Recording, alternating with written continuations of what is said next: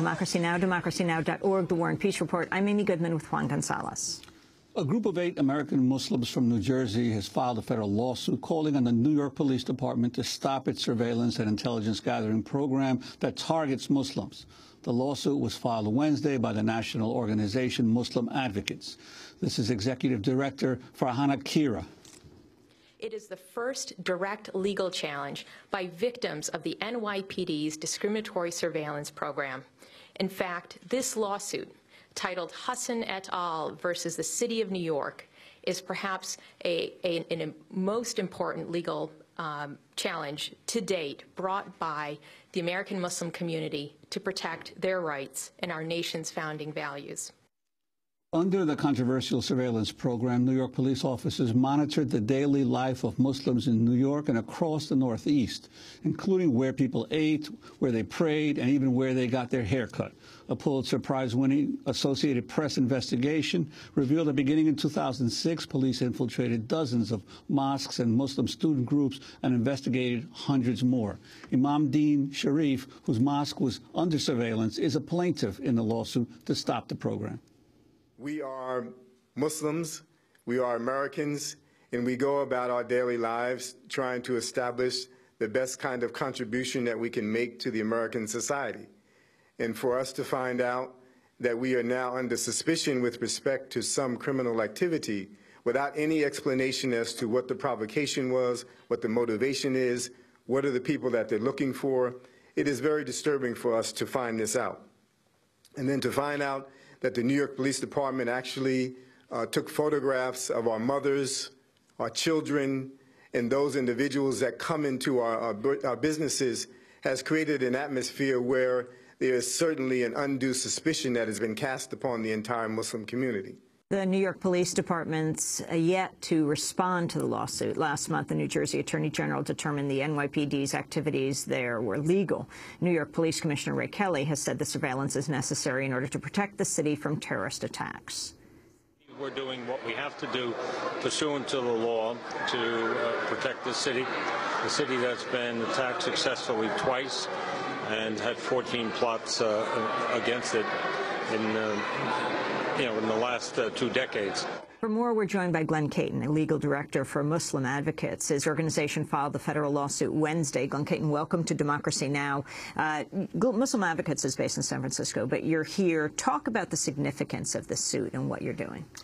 Well, we think it's tremendously significant because this is the first time American Muslims have challenged a broad-scale surveillance program, and there has been a lot of persecution, discriminatory treatment of Muslims in the post-9/11 era, but really the revelation of these NYPD reports is the first time that we've seen in such stark and disturbing detail exactly what one government entity is doing.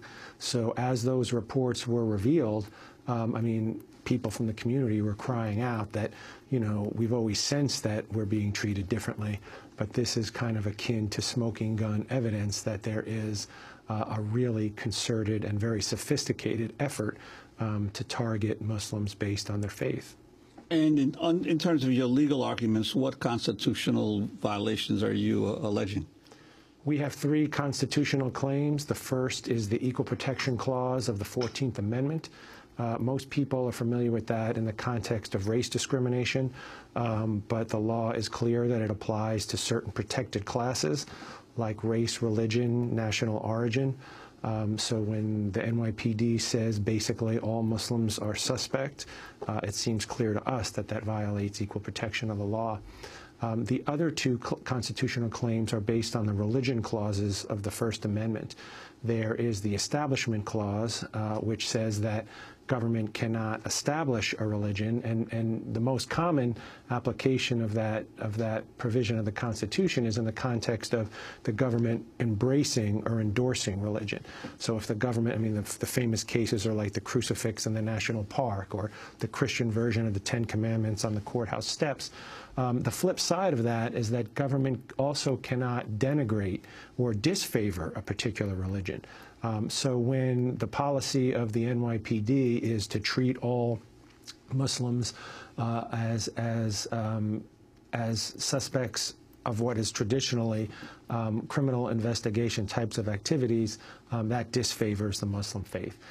Lastly, we have the free exercise clause of the First Amendment, which, when the government, again, targets religion in a way, or a particular religious faith in a way that interferes with people's ability to worship and practice their religion, that violates the free exercise clause. And we've seen, most recently, Tuesday, there was another NYPD document released that has kind of a spreadsheet of the types of infiltration that the NYPD is carrying out, and lists Muslim Student Association, lists mosques, and has a little check for, do we have an informant there?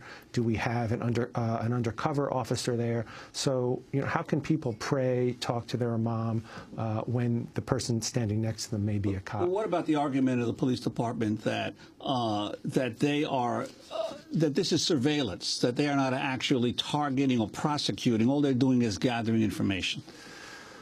Well, I mean, the idea that, oh, we're just in public places observing what anyone else could observe is really a fallacy for two reasons. First of all, nobody wants to think that they are being photographed as they go in and out of their place of worship. Nobody wants to think that people are watching them in their halal restaurant. So it's an intrusion, even if it's in a public place, number one. More importantly than that is you're still targeting people based on faith. I mean, if the policy was, you know, we're going to go to Catholic churches and photograph license plates, see who's coming in and out. We're going to go to kosher delis, and only kosher delis, not the Italian delis, not the German delis. You know, I think people would very understandably be up in arms about that. This is Mayor Bloomberg speaking at Yale University after it was disclosed New York police officers had monitored students from Yale. We have to keep this country safe. This is a dangerous place, but make no mistake about it. It's very cute to go and to blame everybody and say we should stay away from anything that smacks of intelligence gathering.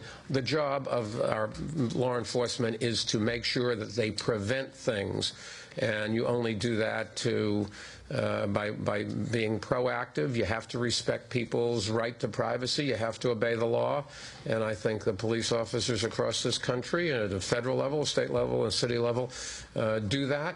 But having said all of that, you have to be, you do not want to, you are not going to survive. You will not be able to be a journalist and write what you want to say if the people who want to take away your freedoms are allowed to succeed. That's New York Mayor Bloomberg. Yale President Richard Levin had condemned the spy effort, saying, quote, police surveillance based on religion, nationality, or peacefully expressed political opinions is antithetical to the values of Yale, the academic community in the United States.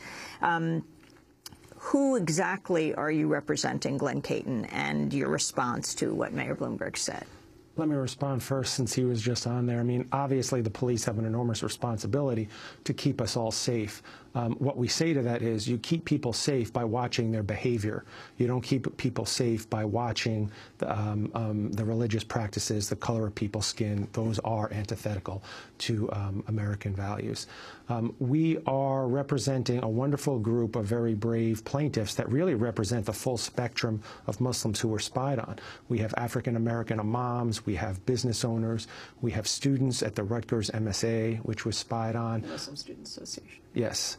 And we have a soldier, a U.S. Army reservist, who is a decorated soldier from Iraq, who has said, basically, I signed up to support and defend the Constitution, only to come back home and worry about pictures of me being taking my mother to the mosque that could jeopardize my security clearance. So it has this has a very profound stigma in the abstract sense, but in a very practical sense in how people live their lives. Glenn Katon, I want to thank you very much for being with us. Legal Director for Muslim Advocates, which has filed a federal lawsuit demanding the New York Police Department stop its surveillance of mosques, businesses, college campuses, and gathering spots in New York, New Jersey, and beyond.